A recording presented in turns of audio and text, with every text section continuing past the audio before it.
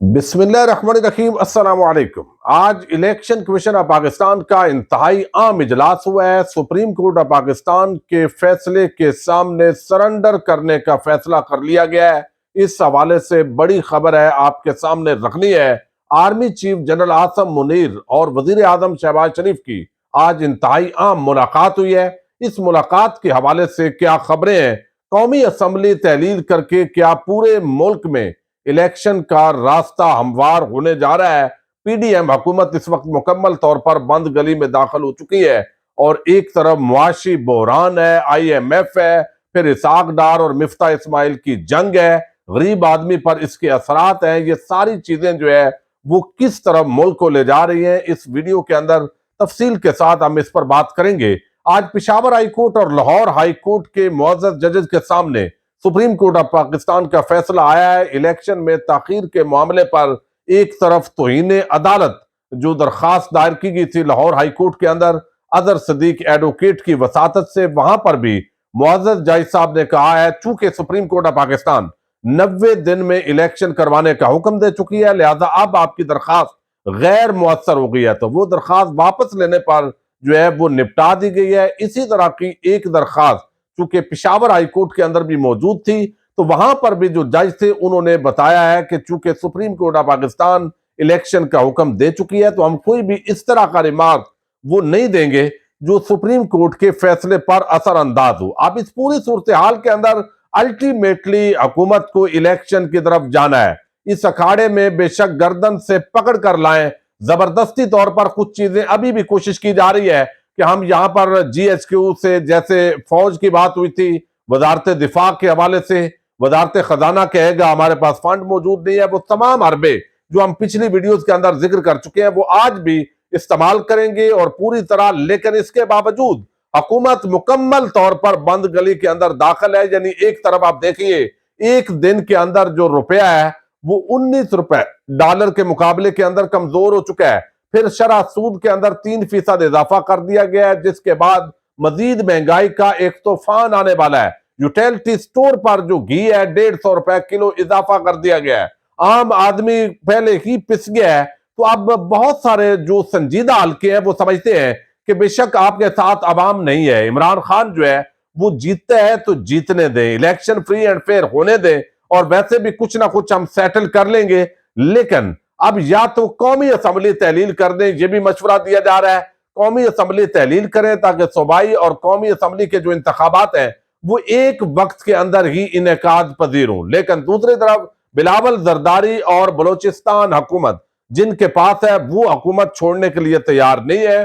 उनको लगता है कि हमने 6-8 महीने और लूट ले रहा है, लिहाजा मुल्क जिधर भी जाता है जाए, डिफॉल्ट करता है खुदा ना खास्ता करे। वजीर खजाना तो बड़ा गुस्सा फरमा रहे हैं डिफॉल्ट करने पर, लेकिन मिफ्ता इस्माइल कहते हैं जिस तरह फैसलों के अंदर ताखीर की गई है और अब जिस तरह का धंधा शुरू कर दिया इसाक डार ने, अल्टीमेटली मुल्क डिफॉल्ट की तरफ बढ़ रहा है। और ये सिर्फ पाकिस्तान के अंदर बात नहीं हो रही, बल्कि मोदी ने ये बताया है कि पाकिस्तान डिफॉल्ट के दहाने पर पहुंच गया है। अब एक हाल ये है कि कौमी असम्बली तहलील की जाए, सूबाई असम्बलियां तमाम जो बाकी रह गई हैं 2 वो भी तहलील हो और पूरे मुल्क के अंदर जो एक दिन इलेक्शन की ख्वाहिश है उसको पूरा भी कर दिया जाए और वैसे भी आसानी पैदा होगी और उसी खर्चे के अंदर पूरे मुल्क के जो इंतखाबात हैं वो हो सकते हैं। इस मामले पर आज जराए दावा कर रहे हैं कि general Asim Munir army chief और शहबाज शरीफ उनकी ये मुलाकात भी इंतहाई अहमियत की अमल है। यकीनी तौर पर वहां पर सिक्योरिटी इश्यूज भी डिस्कस आए होंगे,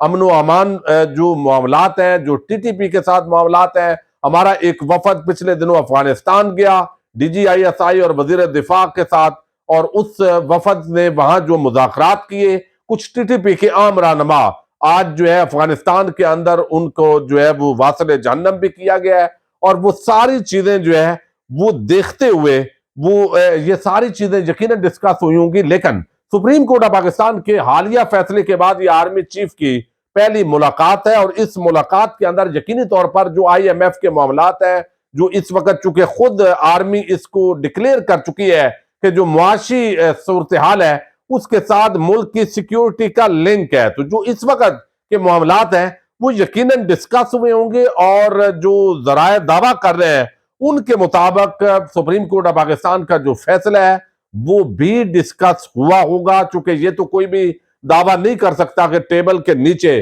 कोई बैठ के सुन रहा था, लेकिन जो हालात होते हैं वो यकीनन मिलिट्री एस्टेब्लिशमेंट के साथ, लीडरशिप के साथ उसको भी डिस्कस किया जाता है, चूंकि मिलिट्री इस हवाले से एक आम स्टेक होल्डर है, मुल्क के जो मामलात चल रहे हैं। तो अब ये मुलाकात इस वजह से इंतहाई अहमियत इख्तियार कर गई है, चूंकि इलेक्शन कमीशन ऑफ पाकिस्तान का इजलास उससे पहले मुनक्कद हुआ है और उस इजलास के बाद ये जाना, चूंकि इमरान खान कई मरतबा ये इजहार कर चुके हैं कि सिकंदर सुल्तान राजा ये एस्टैब्लिशमेंट ने उनको दिए थे, ये उन्हीं का तोहफा है। लिहाजा ये नहीं हो सकता कि कोई इलेक्शन कमीशन ऑफ पाकिस्तान ये फैसला करे कि हमने आइन पर चलना है, हमने सुप्रीम कोर्ट ऑफ पाकिस्तान की माननी है, लेकिन वो एस्टैब्लिशमेंट से ऑन बोर्ड ना हो। अब एक तरफ जो है वो यकीनन कुछ वादे वईद किए गए होंगे पीडीएम के साथ, और ये मुमकिन है जिस तरह अमल दरामद हुआ, जिस तरीके से एनआरओ कंप्लीट हुआ, कुछ मजीद वादे होंगे जो अभी कंप्लीट नहीं हुएंगे। मरियम नवाज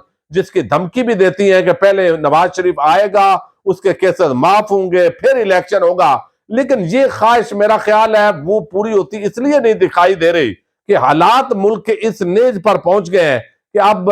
मुल्क को इंतखाबात की तरफ भी जाना है। गैर यकीनी की सूरत हाल पैदा हो गई। 1-2 महीने अगर ये अपने इन हरबों के जरिए इलेक्शन को डिलेइंग टैक्टिक्स यूज करके डिले भी कर ले, तो फिर भी इनको इलेक्शन के अंदर तो कूदना है, और इलेक्शन में जब कूदेंगे तो आगे तो इमरान खान और तहरीक इंसाफ ही फिर भी खड़ी होगी, और जब ये महंगाई मजीद बढ़ेगी तो ये भी इस हुकूमत को अब मशवरा दिया जा रहा है, क्योंकि पीपल्स पार्टी का तो कोई नुकसान नहीं है, वो मौजे कर रहे हैं, सिंध उनको ठेके पर दिया हुआ है और वो वहां पर लूट मार कर रहे हैं। कच्चे के डाकुओं ने जो आज रिपोर्ट जमा करवाई है उनके हवाले से जो पुलिस है सिंध की अदालत के अंदर, मैं आपको अगली वीडियो में वो खौफनाक किस्म के इंकशाफात वो आपके सामने रखूंगा जरूर, ताकि आपको अंदाजा हो कि सिंध के अंदर किस तरह की गवर्नेंस हो रही है, यानी वो इज्जतें पामाल हो रही है और करप्शन का दौर दौरा है। तो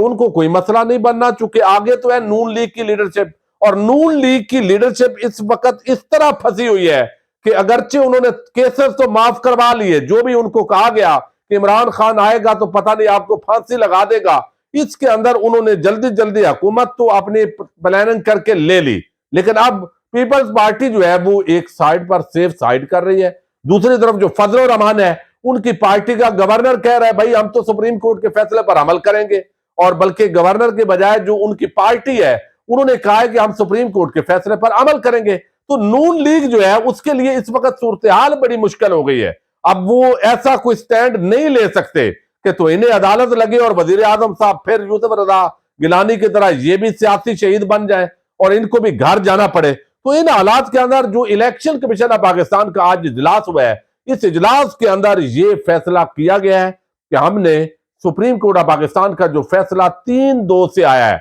जिसकी वजाहत मुअज़्ज़ज़ चीफ जस्टिस साहब ने की है, उसी को मानते हुए हम इलेक्शन की तरफ जाएंगे, हम डेट अनाउंस करेंगे, और जो भी इसके अंदर हालात होंगे, वाकयात होंगे, जिसने जो हमें मदद फराम करनी है वो मदद फराम करेगा। अब इलेक्शन कमीशन ने यह फैसला जो भी किया है, ये नहीं हो सकता कि एस्टैब्लिशमेंट ऑन बोर्ड ना हो। तो क्या एस्टैब्लिशमेंट और मौजूदा हुकूमत के माबैन कोई दरार पड़ चुकी है, या पानी सर से गुजर गया है कि भाई अब इससे आगे हम मदद करने की पोजीशन के अंदर नहीं है? ये भी आने वाले दिनों के अंदर कुछ चीजें जो है वो सामने आएंगी। तो इलेक्शन कमीशन ने सुप्रीम कोर्ट ऑफ पाकिस्तान के फैसले के सामने घुटने टेक दिए हैं, ये अच्छा कदम है। अगर कोई इसके अंदर नई चाल ना हुई, चूंकि नई कोई ना कोई प्लानिंग हो सकती है कि एक मरतबा डेट अनाउंस कर दे और उसके बाद जो है वो कुछ इदारे अगर उसके अंदर मुदाखलत करते हैं, कोई हमें वो रिक्वायरमेंट पूरी नहीं करते, तो फिर उसके अंदर अदालती मामलात आगे चलेंगे। तो इलेक्शन कमीशन ऑफ पाकिस्तान ने बहरहाल